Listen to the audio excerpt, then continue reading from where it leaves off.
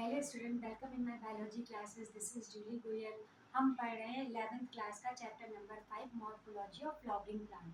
तो आज की हम वीडियो में डिस्कस करेंगे कि जो एंथर होते हैं उनमें फ्लामेंट जब एंथर से टच होता है, यानी स्टमन में जो फ्लामेंट होता है जो एंथर से टच होता है उसके बेस पर एंथर के कितने टाइप्स होते हैं। Anther means stamen. तो the attachment of the filament with the anther on the basis of the attachment of them, the stamen are of the mainly four types: basifix, adenate, dorsifix and versatile।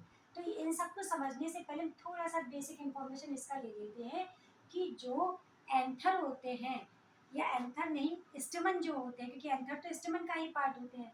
जो स्टेमन होते हैं वो actually होते क्या हैं? They are the male reproductive part of the flowers. ये flowers का male reproductive part होते हैं। और जो एंजियोस्पर्म में जो नॉर्मल जो एंथर का डायग्राम होता है, that is just looking like S, है ना, कि इसमें एक फ्लामेंट होता है और एक एंथर होता है। एंथर जनरली जो होता है एंजियोस्पर्म में वो बाइलोब्ड होता है। क्या होता है बेटा?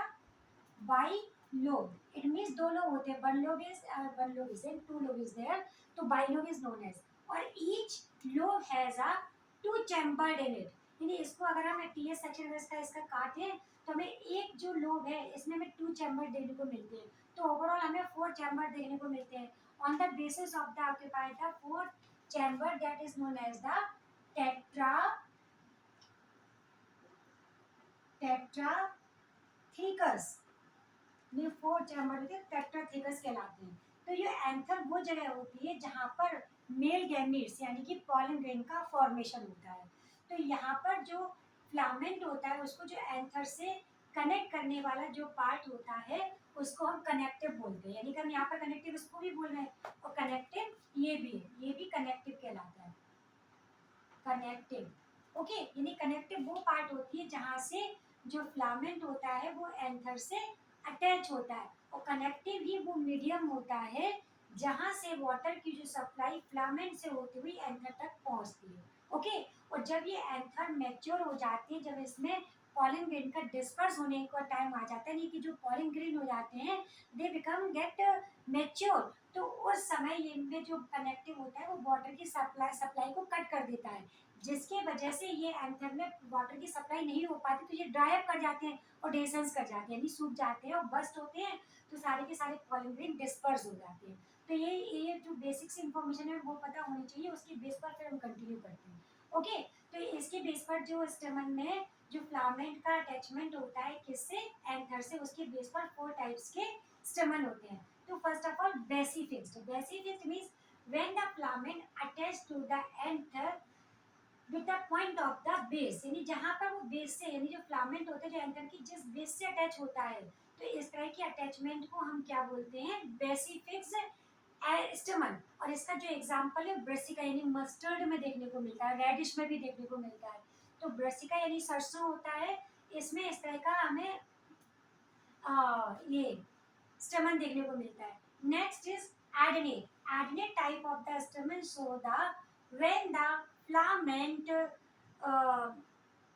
when the filament attach throughoutly the base to apex between the anther, or we can say that between the two anther से जब अटैच होते हैं और ये पूरे में रन करते हैं, यहाँ से लेके पूरे नीचे तक, तो इस टाइप का जो स्टेमन होता है वो कहलाता है एडनेट। तो इस तरह का जो अरेंजमेंट होता है वो वो किस में देखने को मिलता है? इसका एग्जांपल है मैग्नोलिया।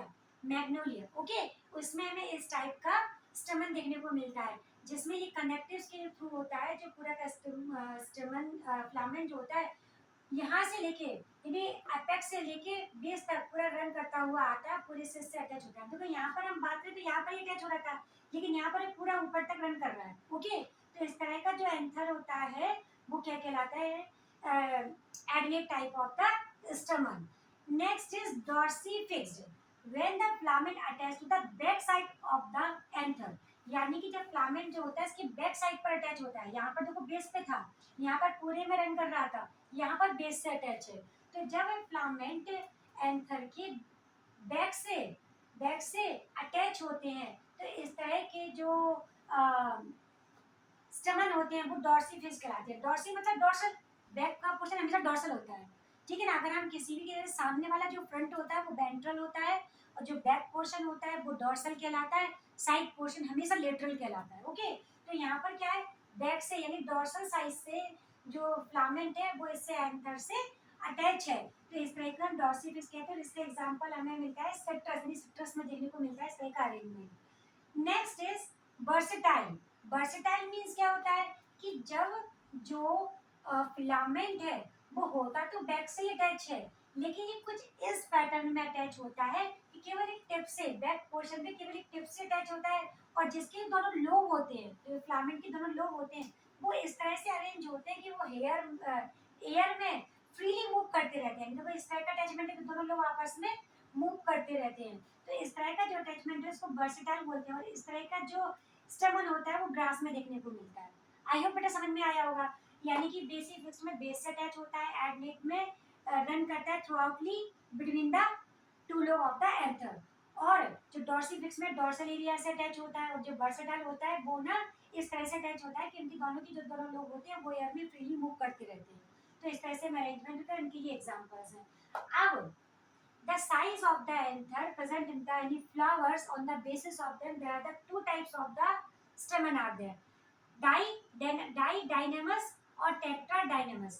यानी डाइडाइनमस का मतलब होता है कि जब एंड्रोशियम में दो स्टेमन लॉन्ग होते हैं और दो स्टेमन शॉर्ट होते हैं। It means when the two स्टेमन are long and to स्टेमन are the short, this type of arrangement can be easily shown into the डाइडाइनमस। और एग्जांपल ऑफ इज लेविएसी, लेविएसी फैमिली में से देखने को मिलता है। नेक्स्ट टेट्रा, टेट्रा से पता चल रहा है फोर है, तो यानी कि when the four stamens are long and two stamens are short, that is this type of the arrangement of it, that is known as the tetradidymus। और इसका जो एग्जांपल है क्रूसीफेरी में देखने को मिलता है, ठीक है ना। Next thing is this heterostemonous. Stamens यानी कि हेट्रो मतलब है कि अलग अलग, है ना। तो अलग अलग यानी कि अलग अलग शेप के अकॉर्डिंग, अलग अलग शेप के अकॉर्डिंग कितने तरह के होते हैं, तो ये भी दो तरह की देखने को मिलती है, हेट्रोस्टेमस और होमोस्टेमस। यानी कि जब उनकी काउंटिंग में कोई फिक्स ना हो, यानी कि 2 4 ऐसा कुछ ना हो, कितने भी हो सकते हैं लेकिन वो डिफरेंट साइज के होते हैं, कुछ स्टेमन छोटे हैं कुछ स्टेमन बड़े हैं। तो जब स्टेमन में डिफरेंट लेंथ देखने को मिलती है तो इस तरह के अरेंजमेंट को हम हेट्रोस्टेमस बोलते हैं, जिसका एग्जांपल है केसिया, केसिया में देखने को मिलता है। नेक्स्ट थिंग इज दैट होमोस्टेमस, यानी कि जब किसी फ्लावर में एंड्रोसियम में सारे के सारे स्टेमन इक्वल साइज के हों, सेम लेंथ के हों, तो उस कंडीशन को हम बोलते हैं होमोस्टेमस।